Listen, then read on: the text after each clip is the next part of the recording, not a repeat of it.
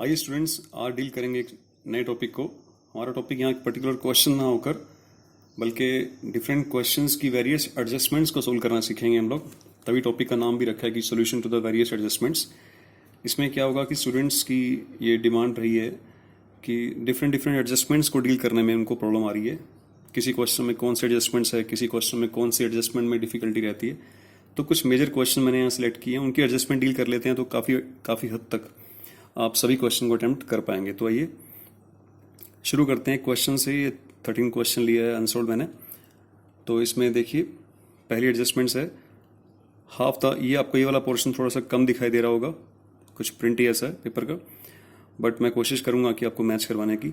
पहली एडजस्टमेंट्स है half the stock was sold at 10% less than the book value and the remaining half was taken over by A B partners हैं and remaining half is taken over by A at 20% more than the book value. इसको समझते हैं topic को। इसमें लिखा हुआ है कि half the stock was taken over bye sold at 10% less than the book value. Stock question में स्टॉक ये दिया हुआ है, स्टॉक की वैल्यू दे रखी है 40,000, ठीक है, 40,000 वैल्यू है टोटल स्टॉक की। तो समझिए क्वेश्चन को, ध्यान से समझिए इसको टॉपिक को। आपके पास स्टॉक दे रखा है 40,000 रुपीज़ का, और स्टॉक को हम लोगों ने डील कैसे करना है आपको इन्फॉर्मेशन नीचे दे दी गई है कि आधे स्टॉक को मार्केट में सेल किया गया है 10% less than the book value पे, और रिमेनिंग को ए लेके गया है 20% more than the book value पे। टोटल बुक वैल्यू है स्टॉक की 40,000। तो एक काम करते हैं, हम लोग क्या करेंगे, 40,000 रुपीज़ का जो स्टॉक है उसके दो सेगमेंट बना लेते हैं। 40,000 के दो सेगमेंट बन गए, हाफ और हाफ, दैट इज 20,000 एंड 20,000, ठीक है। फर्स्ट हाफ को कैसे सेल किया था? फर्स्ट हाफ को सोल्ड आउट किया था मार्केट में 10% less than the book value पे। तो 10% लेस करेंगे इसमें से आप, तो वैल्यू रह जाएगी इसकी 18,000। ये है इसकी selling amount, selling price. Remaining half को आपने कैसे डील किया था? रिमेनिंग हाफ को एक पार्टनर है ए लेके गया है 20% more than the book value पे। तो इसमें आप एडिशन करेंगे 20%, यानी कि 20% इसका हो जाएगा 4,000 रुपीज़। 4,000 रुपीज़ इसमें ऐड करेंगे तो अमाउंट बन जाएगी 24,000 रुपीज़। ये इंक्रीमेंट हुआ है 20% का, ठीक है। यहाँ 20% 10% का डिस्काउंट था। तो इस हिसाब से दो फैक्टर बन गए इसके। अब दोनों को अलग अलग ट्रीट कैसे करेंगे? आप लोगों को बनाने को कहा जाता है मोस्टली रियलाइजेशन अकाउंट। तो रियलाइजेशन अकाउंट के अंदर कैसे डील करेंगे इसको आप? स्टॉक आपने स्टार्टिंग में यहाँ स्टॉक लिख दिया होगा 40,000 रुपीज़ का, है ना। अब इस तरफ इसे सेल आउट करना होता है। तो बाय बैंक जो आपने मार्केट में सेल आउट किया है वो अमाउंट है 18,000 रुपीज़ की, 10% less than the book value. और जो स्टॉक का पोर्शन, हाफ पोर्शन ए लेके गया है अपने घर पे, तो बाय एज कैपिटल के नाम से आप यहाँ लिखेंगे बाय एज कैपिटल। अमाउंट आ जाएगी यहाँ पे 24,000 रुपीज़। इस हिसाब से ये स्टॉक हमारा डील हो जाएगा। ये पहली एडजस्टमेंट्स थी, ठीक है।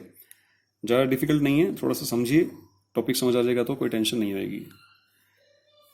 नेक्स्ट देखते हैं एडजस्टमेंट। नेक्स्ट एडजस्टमेंट है during the course of dissolution A liability under action for damages was settle at 12,000। वो कह रहा है कि during the course of dissolution, पूरे डिसोल्यूशन के कोर्स के दौरान एक लायबिलिटी थी, उसे सेटल कर दिया गया है, सेटलमेंट हो गया उसका at 12,000 rupees against ₹10,000 included in the creditors.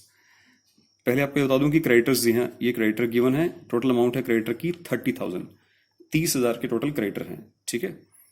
और जो टोटल क्रेडिटर हैं आपको बताया गया कि एक during the course of dissolution एक लायबिलिटी पेंडिंग थी हमारी, जो कि क्रेडिटर्स के अंदर इंक्लूड थी। एक्चुअली में वो लायबिलिटी जो थी वो थी 10,000 रुपीज़ की, ठीक है, which is included in the creditor.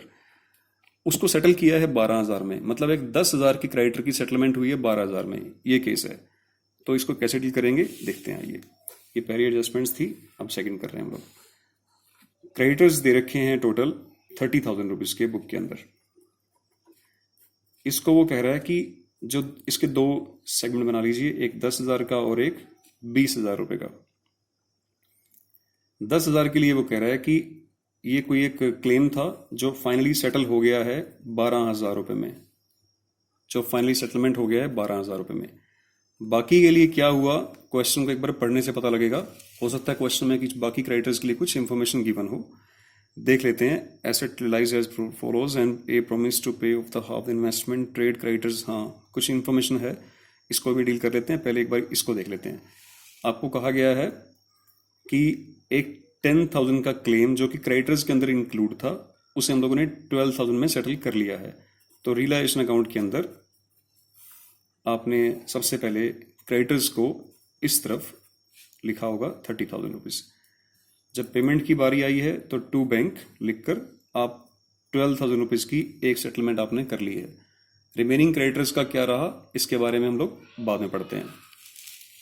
देखिए, रिमेनिंग क्रेडिटर्स के लिए यहां नीचे लिखा हुआ है कि trade creditors and bills payable were due on average basis of 1 month after 31 मार्च।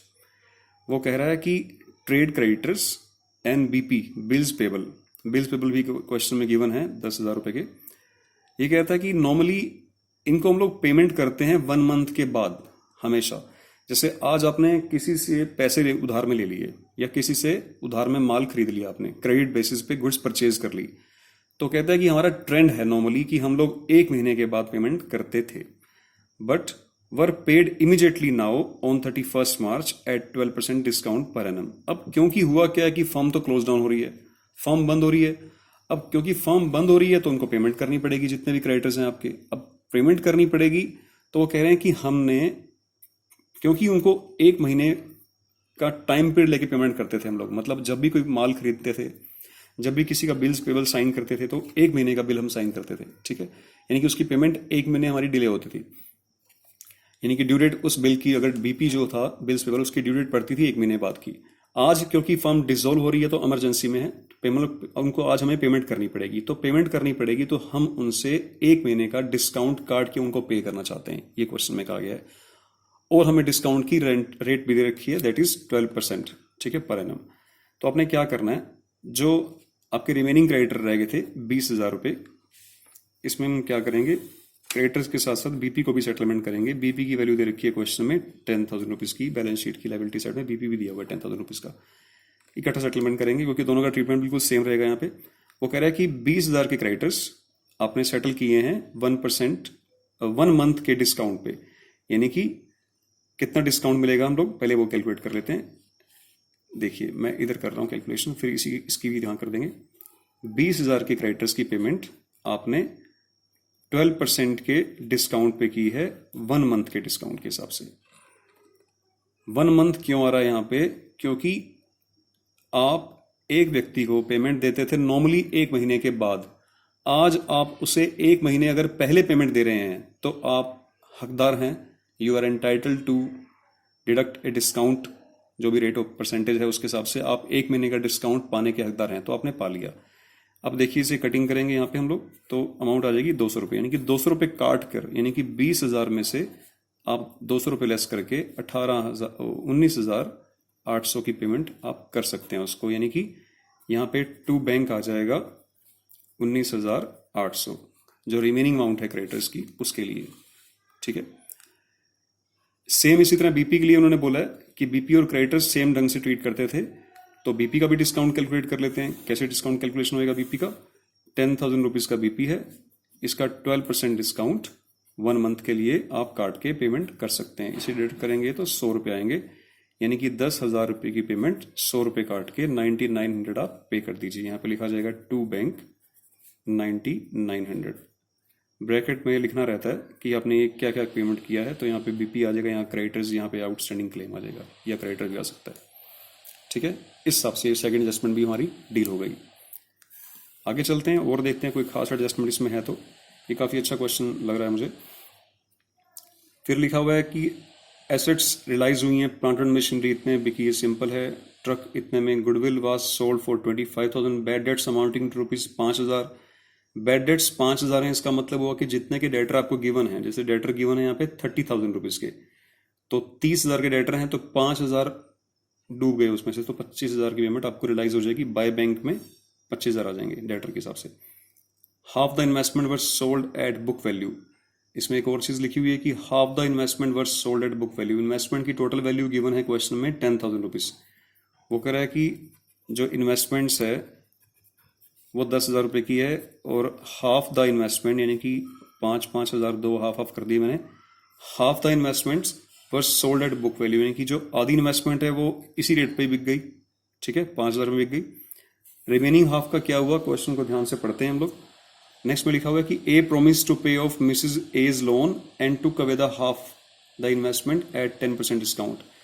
ए ने क्या किया है कि promise to pay the Mrs as loan, जैसे हम लोग बनाते हैं रियलाइजेशन अकाउंट, तो ए के लिए ये कहा गया है कि एक तो ये कह रहा है टू एज कैपिटल अकाउंट लिखकर ब्रैकेट में आ जाएगा वाइफ लोन, वाइफ का लोन उसने पे करने के लिए प्रॉमिस कर दिया है, और जितना भी उसकी वाइफ का लोन है मैं देख लेता हूँ अभी, ये रहा मिसेज एज लोन है 15,000 रुपीज़ का लोन। ए कहता है कि मैं पे करूंगा, तो मैंने टू एज कैपिटल में डाल दिया इसके अमाउंट को, ठीक है, और and to convey half the investment at 10% discount. इसी के साथ साथ जो ए है वो इन्वेस्टमेंट लेके जा रहा है, तो बाय एज कैपिटल लिखकर ब्रैकेट में आ जाएगा इन्वेस्टमेंट्स। वो इन्वेस्टमेंट्स कितने में लेके गया है, आधी इन्वेस्टमेंट तो सेल आउट ही हो चुकी है बुक वैल्यू पे, उसके लिए हाफ ऑफ द इन्वेस्टमेंट्स के लिए तो आ जाएगा बाय बैंक, ब्रैकेट में आ जाएगा इन्वेस्टमेंट्स। आधी इन्वेस्टमेंट तो 5,000 की बिक गई थी, और आधी को अमाउंट को ए लेके गया है 10% डिस्काउंट पे, यानी कि 500 रुपये काट कर वो लेके गया है 45 रुपये में, तो 4,500 रुपीज़ यहाँ पे आ जाएंगे। ये एडजस्टमेंट्स इस तरह से डील होगी। आगे चल लेते हैं, क्वेश्चन हो गया, अब तो कुछ भी नहीं रहा क्वेश्चन में, बाकी एडजस्टमेंट आप इसको डील कर सकते हैं। तो ये अच्छा क्वेश्चन था, इसको आप देखिए। अभी नेक्स्ट वीडियो लेक्चर में एक क्वेश्चन और करेंगे, उसके बाद लगातार 2 क्वेश्चन और करेंगे, तो हम डिफरेंट एडजस्टमेंट को डील करना सीखते हैं अभी।